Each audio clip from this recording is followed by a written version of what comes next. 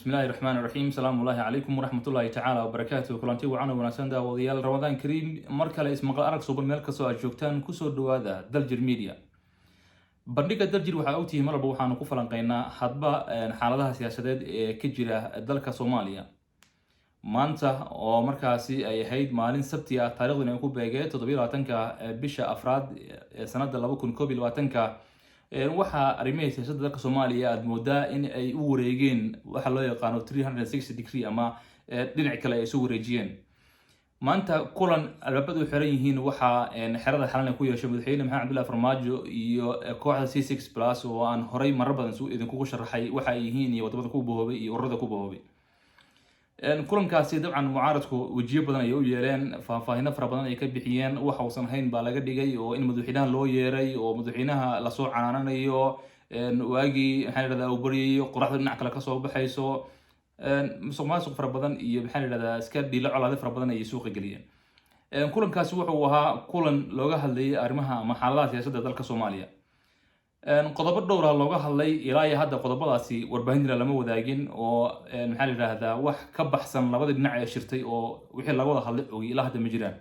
mucaarad ha ahaato muxaafid ha ahaato dowladda laamaheeda kala duwan ha ahaato qodobadii loogu wada hadlay shirkaasi waxa aanu og kooxda C6+ iyo madaxweynaha Cabdullaahi Farmaajo. istaafkii la socday madaxweynaha ma og wixii laga wada hadlay. looguma talagelin waxa la yiraahdaa wuxuu ahaa shir albaabadu xiran yihiin.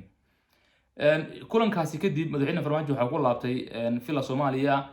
wararka soo baxaya galabta ama maanta galinkii dambe ilaa iyo xiliga afurtii waxa ay tahay in madaxweyne Maxamed Cabdullaahi Farmaajo uu ergo u diray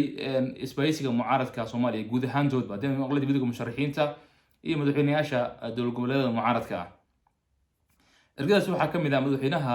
Hirshabelle Cali Guudlaawe. durbadiiba waxa uu la kulmay madaxweynayaashii hore ee Soomaaliya Xasan Sheekh Shariif iyo qaar ka mid ah midowga musharaxiinta haddii noqon lahayd Cabdiqaadir Cosoble iyo Cabdiraxmaan Cabdishakuur iyo rag noocaas. ujeedada ergadaasi waxay ahayd mar haddii maxaa la yiraahdaa khilaafaad siyaasadeed ay soo bateen markaasina xaaladda Soomaaliya ay mugdi sii gelayso madaxweyne Farmaajo waxaad ugu barateen inuu tanaasulo fara badan u soo sameeyay. haddana waxaa muuqata inuu tanaasulkii hadana mar kale wado. ergada uu diray maanta waxa uu markiiba la kulmay madaxweynayaashaasi iyo siyaasiyiinta kale. waxaa la filayaa in caawa gelinka dambe ama subaxdii ama maalinta berita ah warbixinay ka soo baxdo shirkaasi rasmi ah loo shaaciyo ergadaasi iyo waxyaabihii ka soo baxay. waxaad ogtihiin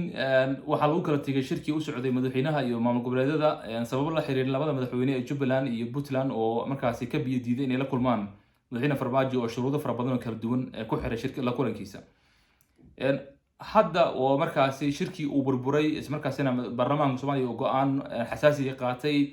khilaafyo fara badan ka dhasheen madaxweynuhu uu go'aan ka qaatay arrimihii doorashada guddigii doorashada xalimeeray 2 sano loo kordhiyay. haddana weli waxaa muuqata madaxweyne Farmaajo inuu weli isku dayo inuu weli gacan saaxiibtinimo iyo heshiis iyo wada hadal u furo mucaaradka dalka Soomaaliya. maanta waxa sida aan sheegay ergadaas u diray mucaaradka madaxweyne Cali Guudlaawe waa uu la kulmay. waxa suuqa ku jirta shir maalinta Isniinta la filayo in beesha Hawiye isugu yimaadaan oo ay kaga wada hadlayaan danahooda. hore ayaan u sharaxay shirkaasi inuusan waxba badan kaga duwaneyn shirarkii hore ee beesha Muuse ku yeelanaysay. wax micnaha ma soo kordhinayo in la buunbuuriyo shirkaasi. waxaan ka warsugaynaa maalinta berita ah iyo kulanka Cali Guudlaawe iyo madaxweynayaashaasi iyo midowga musharaxiinta wixii ka soo baxa. marka ay soo baxaan waa idin la wadaagi doonaa haddii Allah uu ogolaado. dhinaca kale xildhibaano iyo senataro intooda badan mucaarada ama gebigoodba mucaarada iyo maanta kulamo gaargaar waxa la yeesheen senator Muuse Suudi Yalaxow iyo sidoo kale madaxweyne Xasan Sheekh Maxamuud. waxay ku wada hadlayeen dabcan waxay ahayd uun sidii mucaaradku soo aabul lahaayeen shacabka loo kicin lahaa isla markaasina fikrado qaldan oo been looga gadi lahaa shacabka looguna dir lahaa dowladnimadooda iyo hanaanka dowladnimo ee hana qaaday. dabcan kulamadaasi kadib oo ay la soo kala qaateen Muuse Suudi Yalaxow iyo Xasan Sheekh Maxamuud waxa ay xildhibaanada senataradaasi soo aadeen Saadaq John oo isagu degan xaafadda Shirkole. warbaahinta ay halkaas kula hadleen wixii ay ku wada hadleen dabcan waa daawanayso ma rabo inaan dib ugu laabto mar kale. laakiin waxaan rabaa inaan isdul taago maxay tahay ujeedada ka dambeysa in senataro iyo xildhibaano mucaarad ah ay la kulmaan Saadaq John oo aan ognahay inuu dowladda ka falaagoobay isla markaasina mucaarad noqday. dabcan cid kasta way garan kartaa ujeedada ay kala yihiin oo waxay tahay inay markaasi awrka siyaasadeed ay ku kacsadaan danaho siyaasadeed ay ku gaaraan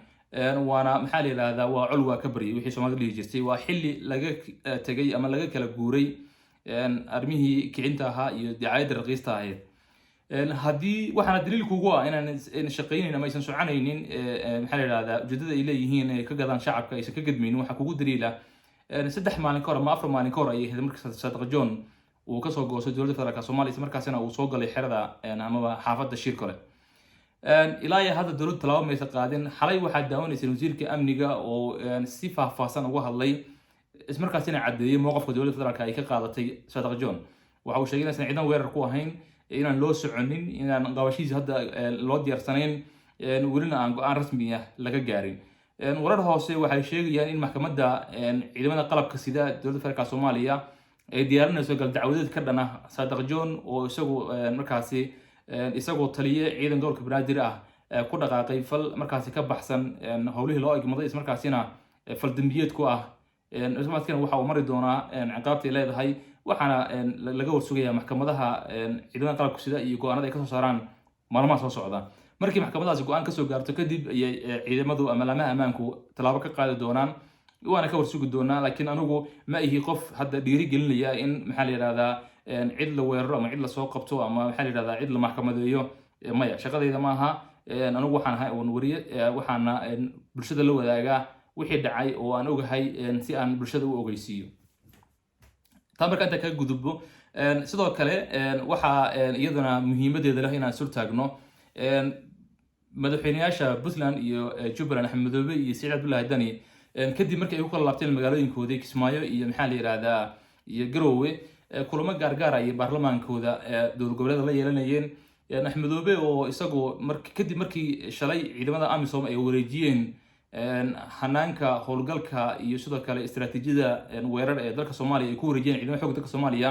Axmed Madoobe maanta ba isagoo ka falcelinay arrintaasi waxa uu geeday inuu xilalka ka qaaday dhowr taliyihii sirdoonka taliyihii maxayga uu xilalka ka qaaday waxaa daliil ay markaas arrintaas u tahay in Axmed Madoobe uu markaasi weli ay caddahay in baqdin uu ka qabo in dhabarjin uu kala kulmo taliyihii hore ama wasiirka hore amniga Cabdirashiid Janan iyo sidoo kale ciidamada ammaanka qaarkood sidoo kale AMISOM ayaad moodaa inuusan inta badan ku tashanaynin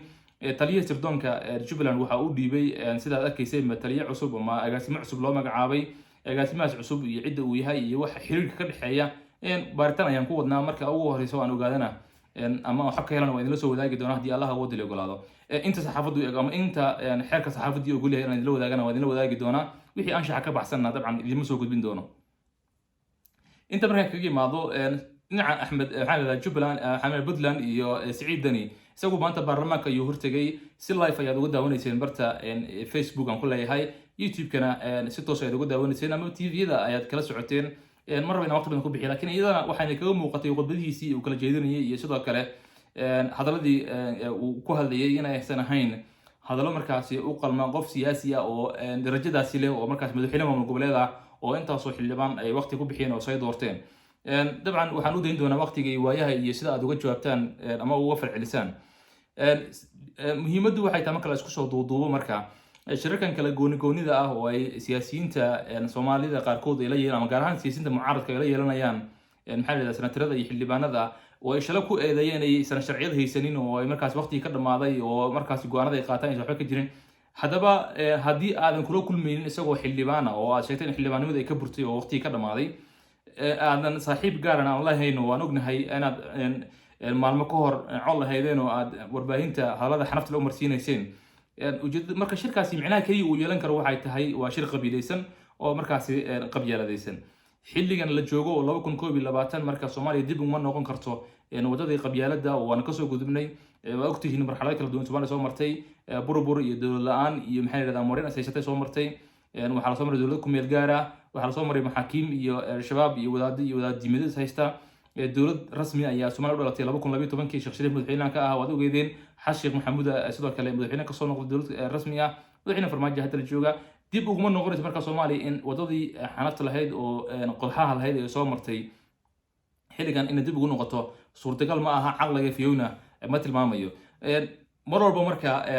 daawade adigoo awooda inaad nabadda u hiilisid oo aad maxaa la yiraahdaa afkaaga iyo qalinkaaga ugu hiilisid nabadda ha ka qayb qaadan colaadda hafaafinin oo ha noqonin xaabada lagu shido maxaa la yiraahdaa colaada